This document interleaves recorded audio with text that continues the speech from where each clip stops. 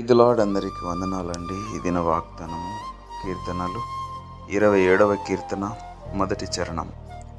యెహోవా నాకు వెలుగును రక్షణనయ్యున్నాడు. చూడండి ప్రియ సహోదరి సహోదరులారా, ఆత్మలను పురికొల్పేవాడు, ఆదరించేవాడు, తన గాయాలలో మనల్ని చెక్కుకున్నటువంటి ఆ మహామహిమ కలిగినటువంటి పరిశుద్ధ దేవుడు ఈ దినము మనతో మాట్లాడుచున్నటువంటి మాట.